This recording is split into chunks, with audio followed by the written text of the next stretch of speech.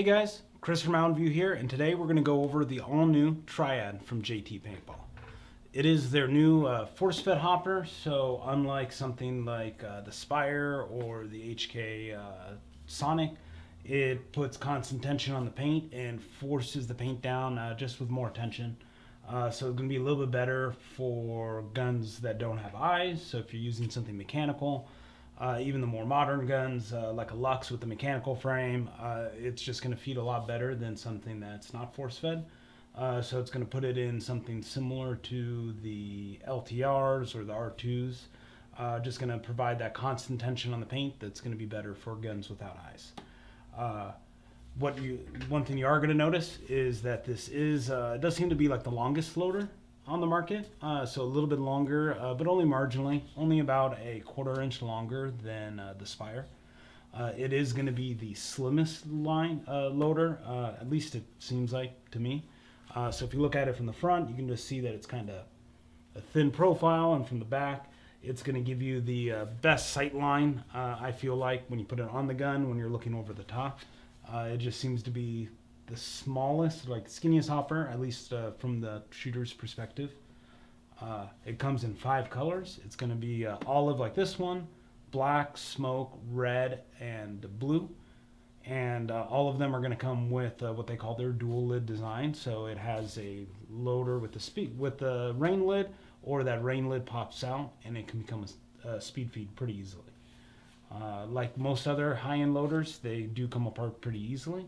I guess let's get started with see how the rain lid comes off, and we can go into tearing apart the rest of the hopper.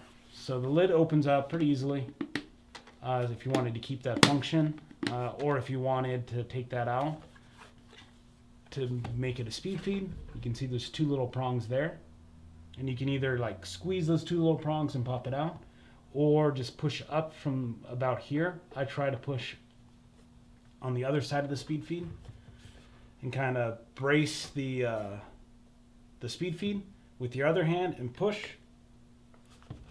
This one's new, so it still takes a little bit of effort, but that pops out.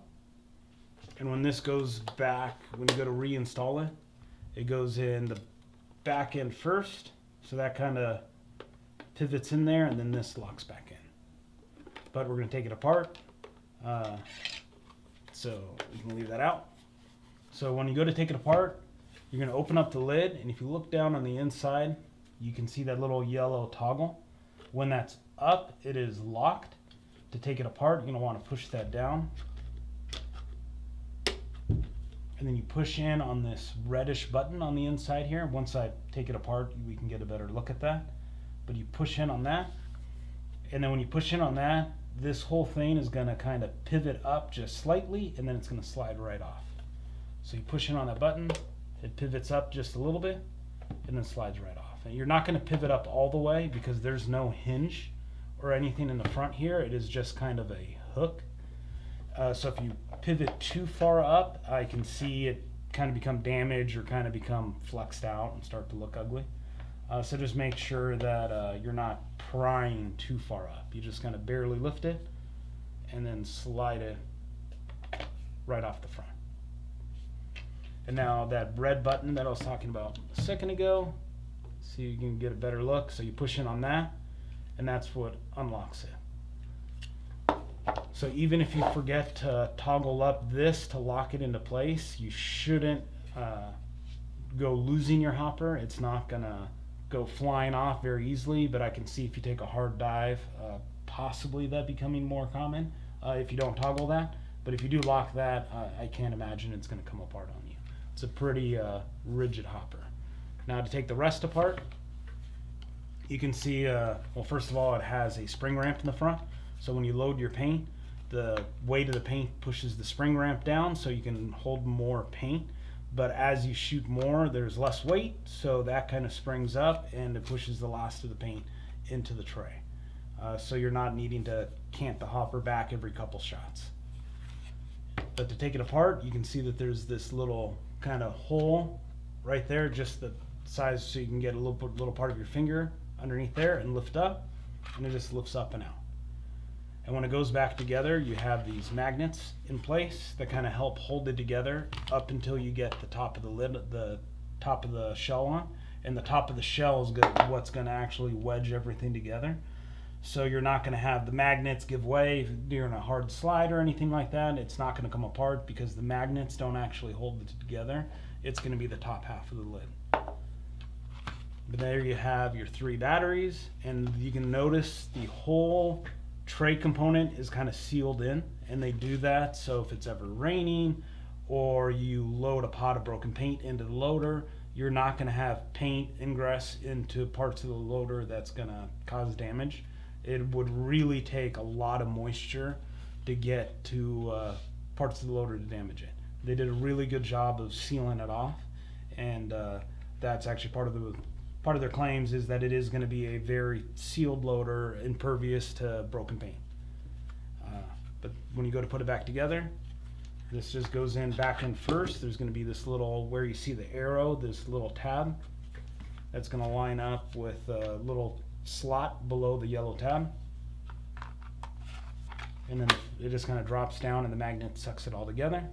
And if you ever do get broken paint underneath this, the loading mechanism, it just kind of is magnetic as well. And this, you can just grab it. It is a strong magnet.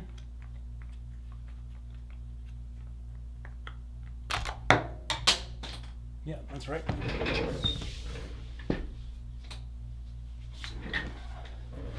And it just comes up and out. And when you go to put it back together, it's the only thing that it is really simple, but it feels kind of tricky. So you're going to want to just make sure that this assembly lines up with the gap there. And once that's lined up, you want to make sure that the spindle or the shaft for the motor line up with the bearing for the inside of the cone. So you'll just see that I want to see that this groove lines up with that assembly, and kind of make sure that it goes in underneath the rest of the loader.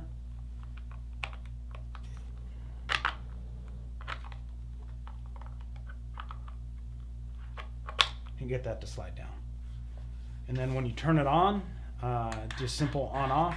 Right now it's kind of pulsating, and that's because it's looking for paint. Once there is paint and it hears it chew, let me get something. Here's my mouse. Once it does hear paint shoot, it stops that back and forth motion and it only spins it forward. So it's gonna feed very consistently at that 15 balls a second. So it feeds at 15 balls a second, and that does that pretty consistently because it is force fed.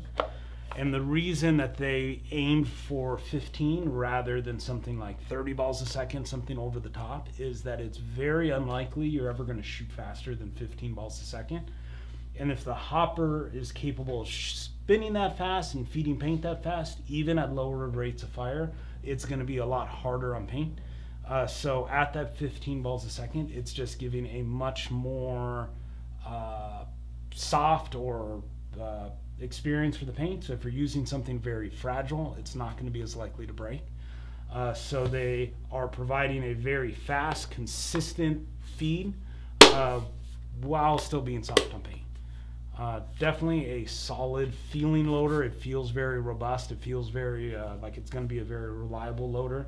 Empire, the parent company of JT, has been known for putting out very well functioning loaders. But something like the Z2 was just prone to kind of coming apart on the field. And that's something that it seems like they've fixed in the JT Triad while still delivering a very good feeding loader. Check it out at mountainviewpaintball.com.